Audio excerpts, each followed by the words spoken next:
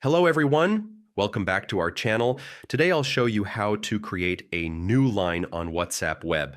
This is a simple but very useful trick to make your messages look more organized and professional. First, open your browser and go to web.whatsapp.com. Log in by scanning the QR code with your phone to sync your WhatsApp with the web version. Make sure you have a stable internet connection for a smooth experience. Next, open the chat where you want to type your message. Click inside the text box at the bottom and start typing.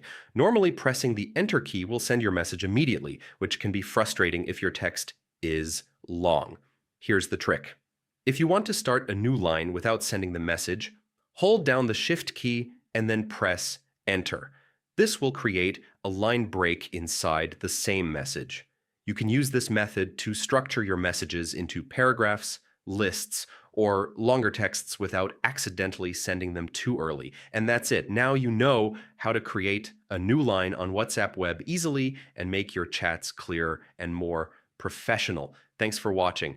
Don't forget to subscribe to our channel, and I'll see you in the next video. In the